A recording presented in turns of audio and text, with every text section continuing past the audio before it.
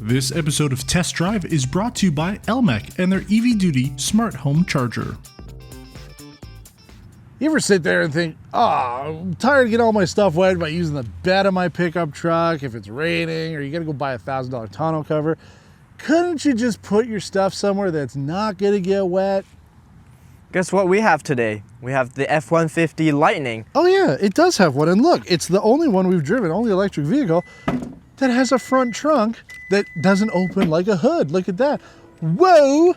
400 pounds of storage space and power outlets. I think this is a game changer. Yeah, I could easily fit in this. Actually, you could, couldn't you? Yes. Why don't you get in?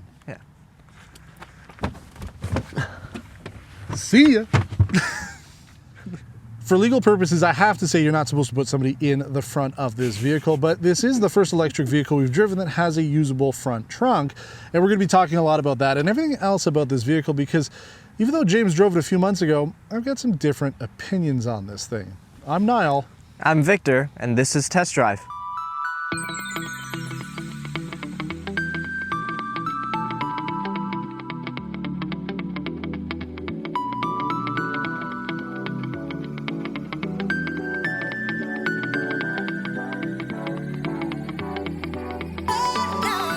Okay, so first of all, what's up with the antenna?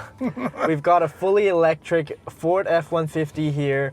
It's called Lightning, but we've got an antenna from the 1950s. Yeah, tell me about it, right? We were talking about how this vehicle is, my opinion on it, will be going over it, but yeah, it's basically, the way that I look at this vehicle is Ford took an F-150 and made it electric, rather than making an electric vehicle that happens to be an F-150. This is not a purpose-built electric platform. It's the same platform that shares the current generation Ford F-150 ICE vehicles. So yeah, you're getting things like antennas, you're getting, a very plastic interior in here. This is very Fisher Price. And yeah, I mean, there's only about a $10,000 price difference if you get a similarly equipped version of the F-150 Lariat with the hybrid engine, so you could save about $5,000 if you get rid of it. But yeah, I mean, like, antenna, very old school. A lot of brands are starting to move away from that. It's about time that Ford does that too, because I mean, we're spending $105,000 on this, $81,000 in the US, a little bit better if you're living in the States, but this is the first time we're driving the Lightning after the price drop. When James did this back in July, it was the week before Ford dropped the price, and it wasn't a rebate, it is an actual MSRP reduction of $10,000 Canadian. So starting price of this $80K, but we've got $25,000 in options on this, which it almost is a Platinum in Lariat clothing, because it's got almost everything that you would get on the Platinum, minus the nicer seats and some of the extra stuff on it, but you're still getting pretty close to that price. I think it's really expensive. It's one of the classic moves from manufacturers where, in order to make it an electric vehicle, they pour everything into the batteries and just cheap out on everything else. The only leather surface that I can touch is the steering wheel mainly.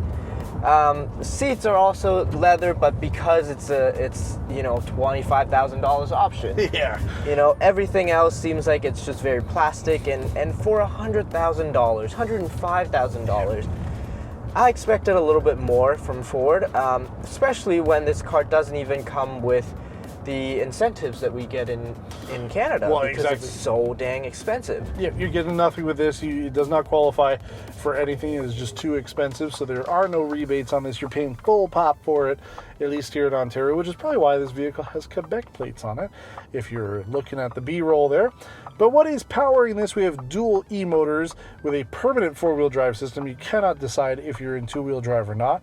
It has 433 kilowatts or 580 horsepower. That is pretty impressive. And 775 pound-feet of torque, or over 1,000 newton meters of force. Yeah. That is insane. 775 pound-feet of torque. Yeah. This F-150 can tow up to 10,000 pounds. It's true. And now that we're not towing, this is what you get with an acceleration. Oh, yes. Yeah, it is blisteringly quick, and that's the first thing I noticed once I actually got this thing charged up. Is it's insane on the road. It is really, really quick, and really just goes to show what electric power can do. And you touched a little bit on the towing there. Yes, 10,000 pounds of towing. That's the number one complaint that people have had about the F-150 is as soon as you attach a trailer to it, your range is garbage. But your range gets worse if you're driving an ICE vehicle and you tow something on the back. Your fuel economy is going to suffer. So yeah, it's a little bit more dramatic here on the F-150 Lightning, but you're not getting anything that you wouldn't expect if you're towing. And you know, the way that I really look at this vehicle is you're not going to be towing with it necessarily. If you do have a business, maybe your contract, you do a lot of work in town, you do have a trailer, this is fine because you're going to be in town enough that you can get done with the job. Because this will do, Ford says, about 300 miles or about 480 kilometers. This morning with 100% charge, he was telling me 509. But it's obviously going to depend on the weather and your driving style and all that. But you attach a trailer to it, that number is going to change dramatically. You go in the winter, that number is going to change dramatically. But it's a tool for the right job depending on what you need it for. So it might not be the best vehicle for towing, so go buy a regular truck. But if you're looking for something a little different, this could be a good option for you. This is a great tool for if you work around the city, you have to go from point A to point B to point C within the city, and you're hauling a little bit of tools in the back, some wood, some lumber, metal sheets, yada yada yada. That's what this vehicle is intended for. It's not intended for long haul, especially if you're towing, but it is intended for stepping on it and having some fun. Squeal. This is what's great about the F-150 is you get, in addition to the bed, now you don't have to get any accessories to cover the bed up. You get a frunk that you can lock and keep everything that you wouldn't want in the bed in the frunk. And really, I think that's the most compelling thing for me. As somebody who, I've always enjoyed driving pickup trucks, but I don't really need one. This would be a great option for me, especially for what we do here on Test Drive. I would put all of our equipment in the front cargo area. I refuse to call them my frunk, but the front cargo area has power built in with this vehicle with the Pro Power on board. You've got 2 outlets in the cab, 4 in the bed, and 4 in the front storage area. Good for about 9.6 kilowatts of total power. So I could plug in all of our camera equipment. I could even bring my computer with me and have that plugged in there if I needed it to. It could all be set up in there to charge and do all the stuff I would need to on a normal filming basis. And it's accessible. Like we showed at the beginning, you can open it from inside. There's a button on the inside of the cab in here. There's a button at the front, and there's a button on your key fob to be able to open that hood, which is the best because everybody else is still using a double attach. Just like you open up your hood on an ICE vehicle, you pull it twice to open it up. Not convenient. This is the best approach to doing it. So good job for Ford. That is really the standout feature of the Lightning, is having that front storage area be so accessible to get into. And if there ever is a zombie apocalypse, you can also you can use this truck to power your house for a couple of days. Absolutely. Easily. Yeah, so, actually, Ford says it's like between almost like a week, depending on how much energy you use. The typical American household, like they said, between like 3 and 8 days or something that you could power it up. Now, we don't have that set up at our place, so we can't test it out, but good stuff to be able to have should you need it. Yeah, absolutely, especially if you live in a place that is affected by, extreme weathers and the power cuts out all the time. In Canada, that would be, the East Coast. This would be Quebec. great. Quebec is also pretty bad. We had a lot of power outage issues out there, so it would have been nice to have. But I think the big thing that stands out in terms of the ride on this is the suspension. Ford is using a front independent double wishbone suspension with a rear semi-trailing arm setup. They're not leaf springs anymore. Much smoother ride, more SUV-like than it is truck-like, and that is, again, another standout feature if you're buying this over the competition. Probably one of the most comfortable pickup truck, full-size pickup truck that I've been in, and all thanks to the suspension. And it's super quiet in here. I mean, it's almost unnerving how quiet it is because there's no engine, but then they've done a good job with sound insulation, maybe some active noise cancellation, because it is noticeably quieter in here than any other pickup truck we've been in. But without that engine sound, I love it. I do like that. It is a huge feature to make it so quiet, because you can have a good conversation with your passengers, which you couldn't always have in some of these pickup trucks. Yeah, speaking of active, this F-150 also has a number of these creature comforts where you get adaptive cruise control, active lane keep assist, and also Blue Cruise as well, which is, you know, a fully hands-off driving experience as long as you look out the window, out the windshield, to the front. So it's got technology that you would enjoy at this price point. The only thing is, again, back to the build quality and the materials used and stuff like that. Yeah, that's the thing. I mean, we talk about some brands when they come to electric vehicles, the build quality is not quite there. I have noticed a couple things on this one. For example, the charging door, the plastic material that's on the top of it wasn't attached properly, so it's not flush when you close it. The lights on the front, I find that the passenger side is lined up perfectly with that light bar, but the driver's side is not quite, so you can kind of tell when it's powered up. So the small little things like that you know, a little bit better quality control could be done when it comes to this vehicle. But yeah, I mean, it is plasticky on the inside. It isn't quite becoming of a $105,000 vehicle, but it is the only one available. And I think that's Ford's approach, is they are the first to market with a fully electric pickup truck, so they can kind of charge what they want. And yeah, we're going to start seeing, here in Canada at least, more options. I know the Chevy Silverado and GMC electrics have been out in the US for a little while, but we do have a Hummer EV out here somewhere. It has been around St. Thomas a little bit, and Ram actually has the big announcement from this past week. Obviously their REV or their REV, their fully electric trucks coming, but the interesting thing they're doing is also their Ram Charger, a plug-in hybrid, or really a range-extended electric vehicle with a 3.6-liter V6 generator. Doesn't drive the wheels, just generates electricity. That could be a good mix between having range anxiety like we've had with this and alleviating that. That's one of the biggest complaints with pickup trucks, is the range gets so much shorter when you're towing or hauling any sort of stuff. So with a range extender, that could be good. You could have a best of both worlds. On normal day-to-day use, you know, you would just be able to drive around town in fully electric, and in long trips you can turn on the generator and get some more range in there. I still feel, again, as we talked about, it's not really a purpose-built EV, but I still feel like this is really just a big version of the Focus Electric I had. Infotainment system, kind of laggy, doesn't have all the EV features I would want on it. And, you know, again, Ford had an opportunity here to do a little bit more with the price point, giving you more stuff. Yeah, I would have liked to have seen, first of all, the cameras on the outside of this are not very good quality, but I would have liked to have seen something like Tesla's Sentry Mode, have those cameras be able to record and use as dash cams. None of that's there. The charging schedules and stuff, very basic on the infotainment. Remote starting the vehicle, you have to do it with the Ford Pass app, which I don't have access to, but they're not very quick. You know, it takes about 30 seconds or so to send that signal to the car, whereas a key fob, you just hit it twice and you're good to go. So, you know, they've loaded up the key fob with other buttons. So there's a few things that just, you know, it's kind of a head scratcher to me as to why they would do these things or not do these things. Because again, it all comes down to the price. Like, I just don't feel that it's worth the price point. Yes, it's nice, it's enjoyable. It's the only electric pickup truck I've driven. It's really the only big electric anything that we've driven, so it does stand out on its own. But because it's the only one, it's both the best electric pickup truck I've driven and the worst electric pickup truck I've driven, because I have nothing else to compare it to. All right, why don't we switch and let Nile tell you about his favorite part of this truck. Absolutely.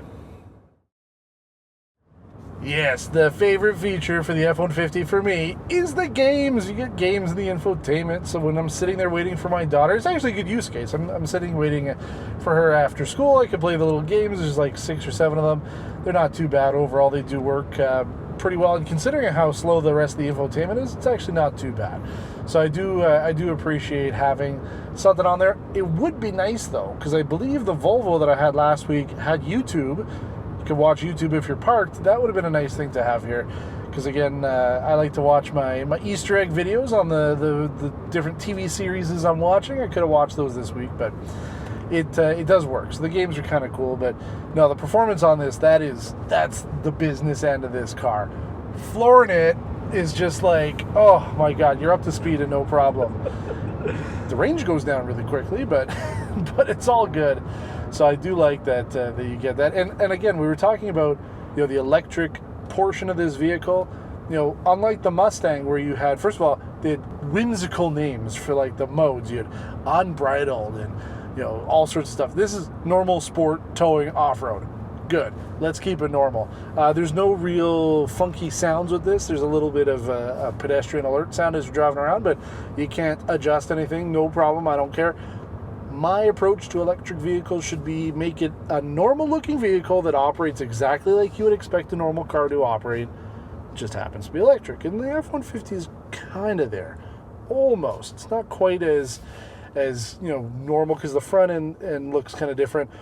I'd say design-wise, the best part of this truck is the back. The trunk, the tailgate is good because A, it looks pretty cool. I like the little RoboCop-esque design with the lights. But if you open up the tailgate, now you've still got reverse lights, because the reverse lights are in the center of the tailgate. You fold them down, some extra lights that were hidden are now your reverse lights. You should see some B-roll now of it. I think that's pretty cool. But yeah, design, it's pretty good. Victor, what do you think of the overall look of it? Yeah, I like the overall design. I think the vertical screen is the good way to do navigations. I think navigation should be done in portrait mode. I agree. To see further ahead, which is nice.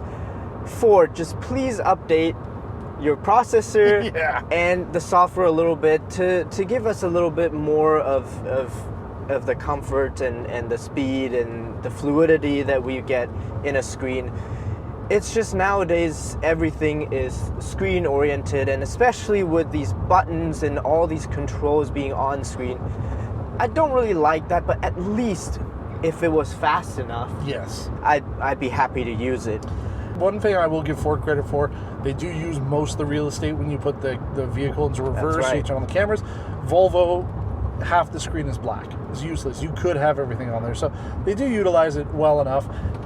You know, we'll probably do an entire video one day soon talking about this, because there's not a lot of buttons. You know, you've got stuff on the steering wheel, but then everything else is pretty much on the screen, and it's just not good.